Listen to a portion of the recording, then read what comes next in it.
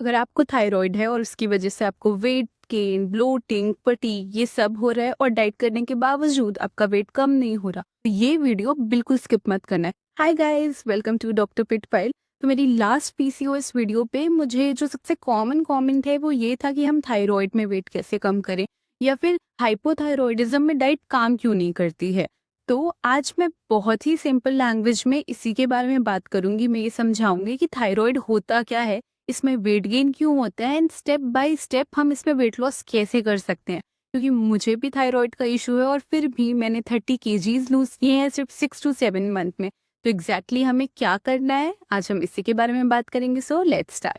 तो first point है कि थायराइड है क्या, व्हाट इज थायराइड। तो थायराइड एक ग्लैंड है, हमारी बॉडी का एक पार्ट है जो एक छोटा सा बटरफ्लाई शेप ग्लैंड होता है हमारे नेक के फ्रंट में। अब इसका जो मेन फंक्शन है कि ये हॉर्मोन्स बनाता है, मेनली T3 एंड T4। अब बहुत सिंपल लैंग्वेज में ये समझ सकते हो कि थायराइड एक ग्लैंड है, वो T3 एंड T4 हार्मोन बनाता है। And T3 and T4 hormone का मेन फंक्शन या मेन काम है हमारी बॉडी के मेटाबॉलिज्म को कंट्रोल करना। मेटाबॉलिज्म क्या होता है, अगेन बहुत सिंपल लैंग्वेज में आप ये समझ सकते हो कि आप जो भी खाना खाते हैं, हमारी बॉडी कितनी स्पीड से वो खाना एनर्जी में कन्वर्ट करती है, इसे हम मेटाबॉलिज्म कहते हैं। और ये चीज कंट्रोल करते हैं दो हार्मोन्स T3 एंड T4 जो कि हमारा थायराइड ग्लैंड बनाता है। तो ये है थायराइड। ये तो हो गया कि थायराइड क्या होता है। अभी बात ये है कि थायराइड में प्रॉब्लम क्या आती है। तो बेसिकली थायराइड में दो प्रॉब्लम हो सकती है, हाइपोथायरॉयडिज्म या हाइपरथायरॉयडिज्म। अगर आपको हाइपरथायरॉयडिज्म है तो क्या होगा कि आपका थायराइड ग्लैंड ज्यादा हार्मोन बनाएगा, ज्यादा T3 एंड T4 बनाएगा और ऐसे लोगों में मेटाबॉलिज्म बहुत फास्ट हो जाता है। तो उन्हें क्या प्रॉब्लम होती है कि उनका वेट लॉस बहुत ज्यादा होगा, उन्हें बहुत एंजाइटी होगी। एंड सेकंड जो प्रॉब्लम है थायराइड में वो है हाइपोथायरॉयडिज्म, जो ज्यादा कॉमन है इंडिया में, जो मुझे था एंड आई एम श्योर मेरे जो व्यूअर्स हैं जो उन्हें होगा। हाइपोथायरॉयडिज्म में क्या होता है कि थायराइड ग्लैंड हार्मोन कम बनाता है, आपका T3 एंड T4 का लेवल बॉडी में कम हो जाता है। जब इनका लेवल कम हो जाता है तो क्या होगा कि आपकी बॉडी का मेटाबॉलिज्म स्लो हो जाएगा। अब अगर आपको हाइपोथायरॉयडिज्म है तो क्या क्या सिम्टम दिखेंगे। पहला तो आपका वेट गेन होगा।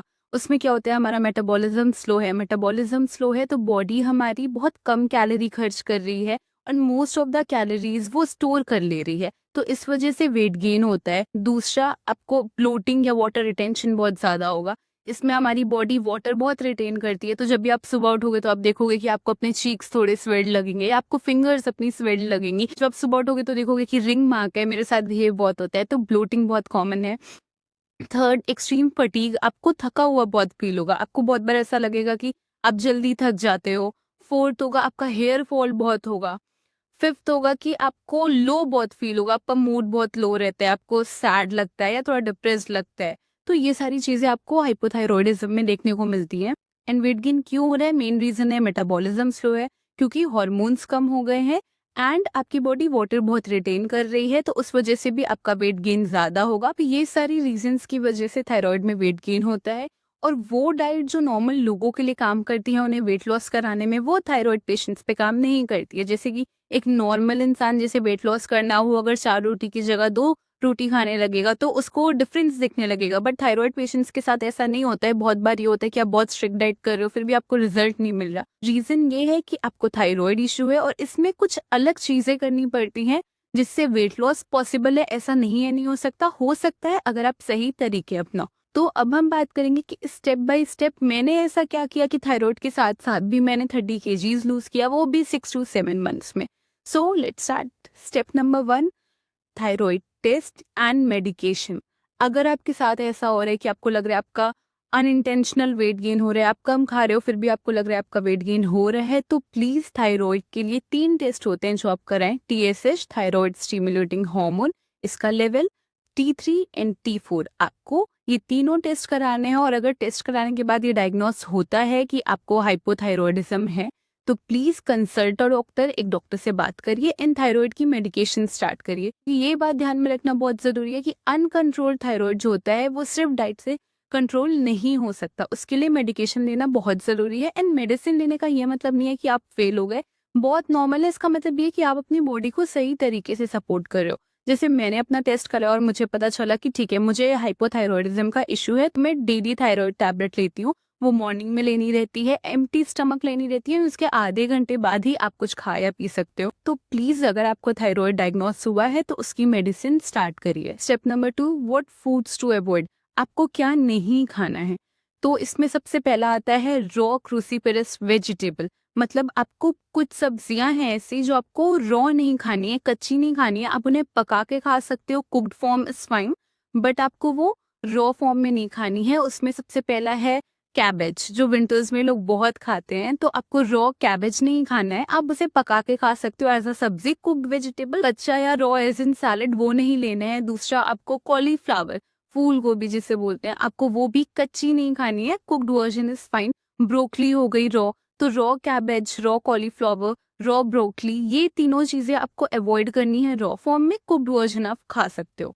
सेकेंड जो आपको अवॉइड करना है वो है रिफाइंड शुगर। तो रिफाइंड शुगर हर फॉर्म में, जैसे अगर आप चीनी खाते हो तो चीनी बंद करनी पड़ेगी, चीनी की जगह आप, जो मैं हमेशा बोलती हूँ, स्टीविया या फिर मंक फ्रूट एक्सट्रैक्ट, ये यूज कर सकते हो। जैगरी भी कर सकते हो बट वो भी कम क्वांटिटी में, बट रिफाइंड शुगर तो आपको कम्प्लीटली बंद करनी पड़ेगी।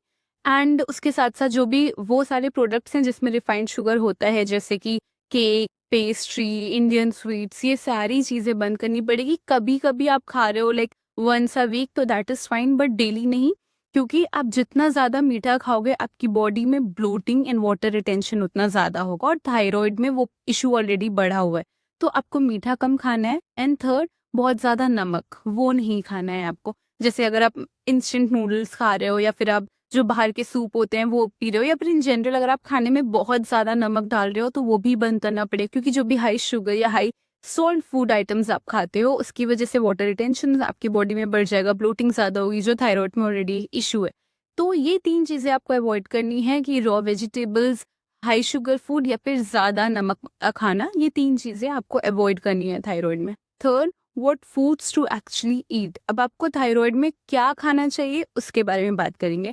पहला हो जाएगा high protein low carb food. तो थायराइड में आपको हाई प्रोटीन मील्स लेनी रहती है और कार्बोहाइड्रेट कम करना पड़ता है। जैसे अगर आप वेजिटेरियन हो तो आपको लो फैट पनीर हो गई, मूंग दाल हो गई, राजमा, चिकपीस, ये सारी चीजें आपको ज्यादा खानी है। एंड वाइट राइस, व्हीट चपाती, ये सब कम करना है। जैसे आपका आइडियल फूड प्लेट कुछ ऐसा दिखना चाहिए कि आपने पनीर भुर्जी का अच्छा पोर्शन ले लिया, आपने थोड़ा राइस या एक चपाती, या फिर आप चपाती को मूंग दाल चीरे से रिप्लेस कर सकते हो, वो ले लिया, साइड एक सैलेड ले लिया क्यूक्यूम्बर टमेटो का। तो ये एक आइडियल मील है थायराइड पेशेंट्स के लिए, रैदर देन ऐसी मील जहाँ पे आप दाल खा रहे हो, एक बड़ा सा पोर्शन व्हाइट राइस का लिया है आपने, 3-4 चपाती खा रहे हो। क्या होता है, इस प्लेट में बहुत ज्यादा कार्बोहाइड्रेट है जो थायराइड पेशेंट्स के लिए अच्छा नहीं है।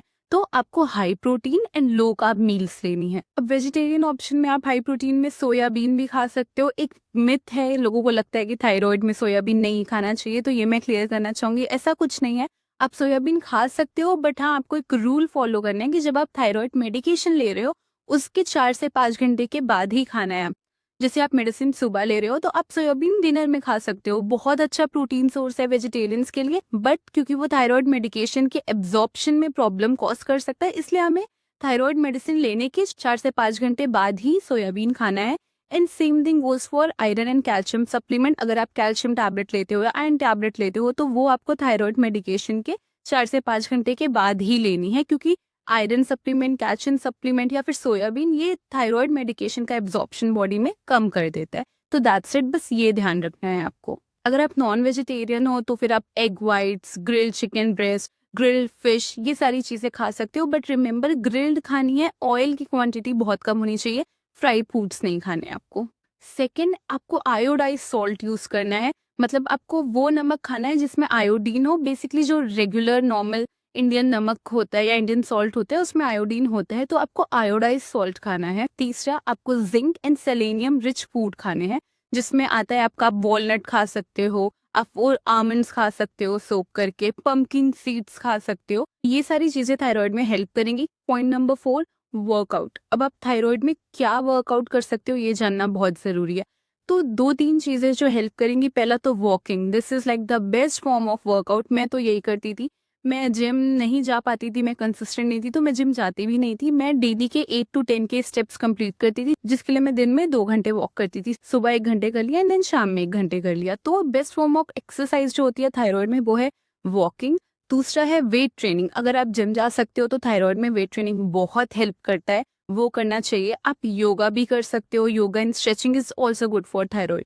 क्या वर्कआउट नहीं करना चाहिए वो है तो हाई इंटेंसिटी कार्डियो अवॉइड करना होगा। रनिंग या फिर हाई इंटेंसिटी वर्कआउट जो होता है वो आपकी बॉडी में कॉर्टिसोल रिलीज करता है और जो थायराइड के लिए अच्छा नहीं है। तो थायराइड में आपको walking, weight training, yoga and stretching this is good, but high intensity workout आपको अवॉइड करना है। फिर जो बहुत इंपॉर्टेंट है वो है स्लीप। आपको दिन के 7 to 8 आवर की स्लीप लेनी ही है, साउंड स्लीप, वो बहुत इंपॉर्टेंट है। क्योंकि अगर आप ठीक से सोगे नहीं तो उसकी वजह से भी बॉडी में कॉर्टिसोल लेवल अप जाता है जो थायराइड के लिए ऑलरेडी बहुत बुरा है। तो आपको दिन के 7 to 8 आवर ऑफ स्लीप लेनी ही है। और ये सारी चीजें जो मैंने बताई है वो PCOS पे भी अप्लाई करती है। तो अगर आपको थायराइड प्लस PCOS है तो भी आपको सेम चीजें फॉलो करनी है। आपको हाई शुगर, हाई सॉल्ट ये सारे फूड्स अवॉइड करने हैं। आपको high protein and low carb meal लेनी है। आपको हाई इंटेंसिटी ट्रेनिंग की जगह आपको वेट ट्रेनिंग या फिर वॉकिंग करनी है। आपको 7 to 8 आवर की स्लीप लेनी है। अगर आप ये सब चीजें फॉलो करोगे तो अगर आपको थायराइड है इसके साथ साथ PCOS भी है फिर भी आपका वेट लॉस होगा। मैंने यही सारी चीजें फॉलो की एंड लिटरली मैंने 30 kgs लूज किया सिर्फ 6 to 7 months में। तो आई होप ये वीडियो आपको हेल्प करेगी। अगर आपका कोई भी क्वेश्चन हो तो please drop it in the comments, I will make sure to reply. And also मुझे कमेंट बहुत ज़्यादा आता है कि आप अपनी डेली रूटीन की वीडियो बनाओ जिसमें आप बताओ कि आप एग्जैक्टली अपने पूरे दिन में क्या करते हो, क्या खाते हो, क्या वर्कआउट करते हो। तो मैं सोच रही हूँ कि मैं इस पर एक वीडियो बनाऊँ, बट मुझे फिर भी जानना है कि आप एग्जैक्टली क्या जानना चाहते हो मेरे डेली रूटीन। तो वो भी आप मुझे कॉमेंट में बताओ ताकि जब मैं वो वीडियो शूट करूँ तो मैं वो सारी चीज़ें अच्छे से शूट कर पाऊँ, क्लियर कर पाऊँ जो आपको जाननी है। तो जो भी आपकी क्वेरीज हैं just drop it in the comments and I hope ये वीडियो आपको हेल्प करे। And if you like this video और if you found this helpful make sure to like it and subscribe to my channel. Bye.